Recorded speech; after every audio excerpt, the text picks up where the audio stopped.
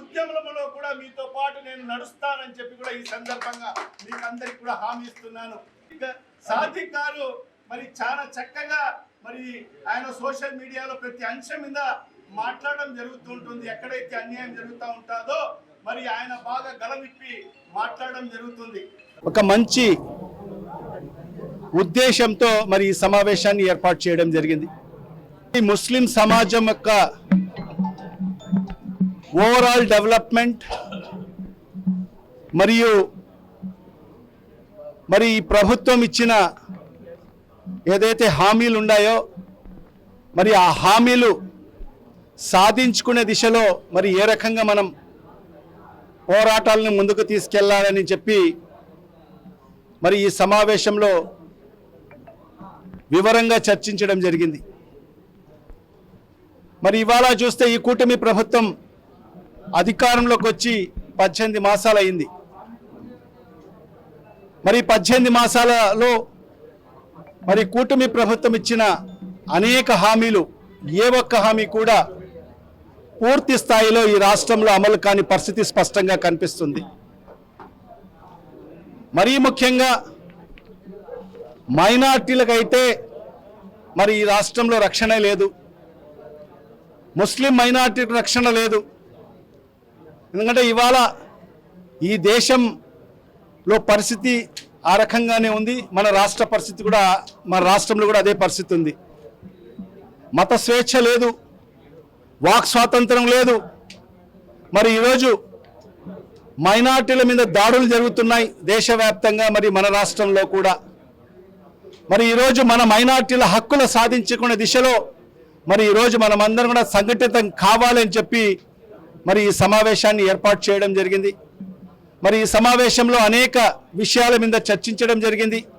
మరి భవిష్యత్తులో కూడా ఒక కార్యాచరణ ఏర్పాటు చేసుకొని మరి ఏదైతే మైనార్టీలకు రావాల్సిన హక్కులు సాధించుకునే దిశలో మరి పోరాటాన్ని ముందుకు తీసుకెళ్లాలని చెప్పి నిర్ణయించడం జరిగింది.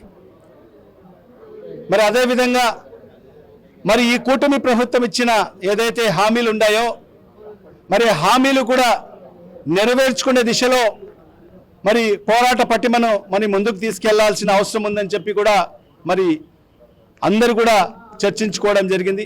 మరి భవిష్యత్తులో మరి ఒక ప్రణాళికబద్ధంగా మరి ఈ హక్కుల సాధన కోసం అయితే ఏమి, మరి అదేవిధంగా ఏదైతే ఈ కూటమి ప్రభుత్వం ఇచ్చిన హామీలు నెరవేర్చుకునే దిశలో మరి సాధించుకునే దిశలో మరి అడుగులు ముందుకు వేస్తాం.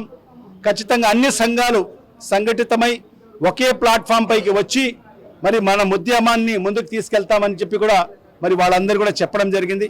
మరి ఈ సందర్భంగా నేను కూడా వాళ్ళకందరికీ కూడా మాట ఇవ్వడం జరిగింది. ఖచ్చితంగా మీ యొక్క పోరాటంలో కూడా ఖచ్చితంగా నా వంతుగా నేను కూడా మీ పోరాటంలో ముందుంటానని చెప్పి కూడా మరి వాళ్ళకు మాట ఇవ్వడం జరిగింది.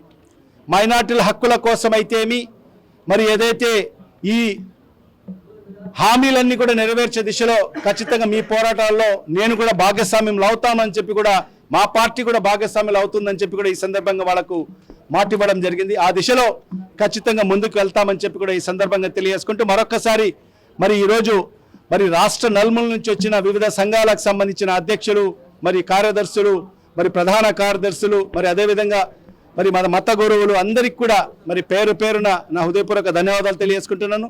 మరి అదేవిధంగా ఇంత చక్కటి మరి సమావేశాన్ని ఏర్పాటు చేసిన మరి దస్తగిరి గారికి మరి వాళ్ళ కార్యవర్గ సభ్యులకందరికీ కూడా పేరు పేరున మరి వాళ్ళకందరికీ కూడా అభినందన తెలియజేసుకుంటున్నా. దస్తగిరి ముస్లిం ఫెడరేషన్ కన్వీనర్. ముస్లిం ఫెడరేషన్ ముఖ్య ఉద్దేశం ఏమిటంటే ముస్లిం సమాజానికి కూటమి ప్రభుత్వం ఇచ్చిన వాగ్దానాలను అమలు చేయాలి అనే ఉద్దేశంతో ఇది మేము ప్రోగ్రాం చేయడం కార్యవర్గ సమావేశం. ఏదైతే ఎన్నికల వాగ్దానాలు ఎన్నికల మేనిఫెస్టోలో పెట్టిన చంద్రబాబు కూటమి ప్రభుత్వం పెట్టిన ఏదైతే వాగ్దానాలను తూచా తప్పకుండా అమలు చేయాలని ఈ మీడియా మూలకంగా తెలియజేస్తున్నాం. ఎందుకంటే చంద్రబాబు గారికి ముస్లింలు నమ్మి మరొక్కసారి మోసపోయారు. అన్ని రంగాలలో ఏదైతే ముస్లిం సీట్ల విషయంలో కానీ, దుర్హుల విషయంలో కానీ, విదేశీ విద్యంలో కానీ, మౌలానా ఇల్లు కట్టిస్తానే విషయంలో కానీ ఇలా ప్రతి ఎన్నికల మేనిఫెస్టోలో ఆయన ఎన్నికల మేనిఫెస్టోను ఎలా భావిస్తున్నారో తెలియదు కానీ ముస్లింల మటుకు ఎలక్షన్ సమయంలో మటుకు కరపాకులాగా వాడుకొని వదిలేసే ప్రయత్నం చేశారు. దానికి కొన్ని దుష్ట శక్తులు ఏదైతే కూటమి ప్రభుత్వంలో ఉన్నాయో కనీసం ఏదైతే మన సమస్యలు ఉన్నాయి, మన హక్కులు ఉన్నాయి, ఇచ్చిన మేనిఫెస్టోను కూడా అమలు చేయాలి అనే ఉద్దేశం కూడా ఎవరైతే అధికార పార్టీలో ఉన్న మైనార్టీ నాయకులు కూడా కనీసం అధినాయకుడి దృష్టికి తీసుకువెళ్ళని దౌర్భాగ్య స్థితిలో టీడీపీలో మైనార్టీ నాయకులు ఎమ్మెల్యేలు ఉన్నారు. ఆ ఎమ్మెల్యే ఉన్నారు కానీ ముగ్గురు ఒకరు ఎప్పుడు చూసినా ఇంట్లో ఉంటారు, దానికి ఒక పెత్తనం కొడుకుతుంటుంది. ఈయన షాజహాన్ చూస్తే ఆయన ఎప్పుడు వర్క్ బోర్డుల మీద ఈ మంత్రి ఎప్పుడెప్పుడు తప్పుకుంటామా, ఎప్పుడెప్పుడు ఆ సీట్లు ఎక్కుదామా అనే ఉద్దేశంతో ఉంది. కానీ ప్రజలకు మేలు చేసే ఉద్దేశం షాజహాన్ కానీ, సమస్యలు తీసుకువెళ్ళే ఉద్దేశం మైనార్టీ మంత్రి కానీ ఏ కోశాన లేవు.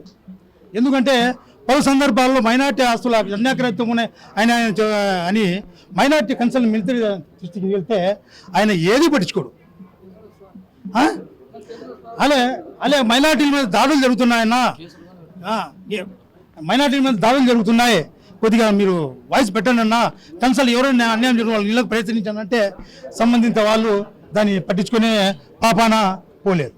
ఇంకా చంద్రబాబు జత ఇంకా పావలా కళ్యాణ్ గురించి ఎంత మాట్లాడినా తక్కువే.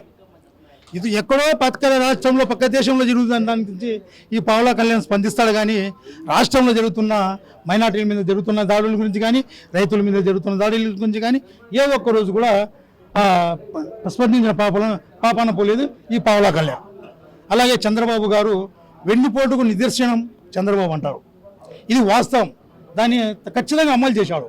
కానీ ముస్లింలే, నాలాంటి ముస్లింలే, నేను కూడా చంద్రబాబు కళ్ళబొల్లి మాటలు ఇని మరొక్కసారి చంద్రబాబు చేతిలో మోసపోయిన ముస్లిం మైనార్టీలు త్వరలో ఇన్షాల్లా కార్యవర్గ సమాజం ప్రతి జిల్లా నుంచి ఇప్పుడు ఓన్లీ 30 మంది కార్యవర్గ సభ్యులనే తీసుకొచ్చాం. ఇన్షాల్లా త్వరలో డేట్ ప్రకటిస్తాం. రాష్ట్ర వ్యాప్తంగా 400 నుంచి 450 సంఘాలు, దర్గా కమిటీలు, ఈద్గా కమిటీలు, సొసైటీలు, ట్రస్టులు, జెండా కమిటీలు అన్నీ ఎంతవరకు అయితే అంతవరకు తీసుకొని పోయి విజయవాడ సెంటర్లోనే ఆయన మీద ధర్నా చేసేదానికి మేము రెడీగా ఉన్నాం.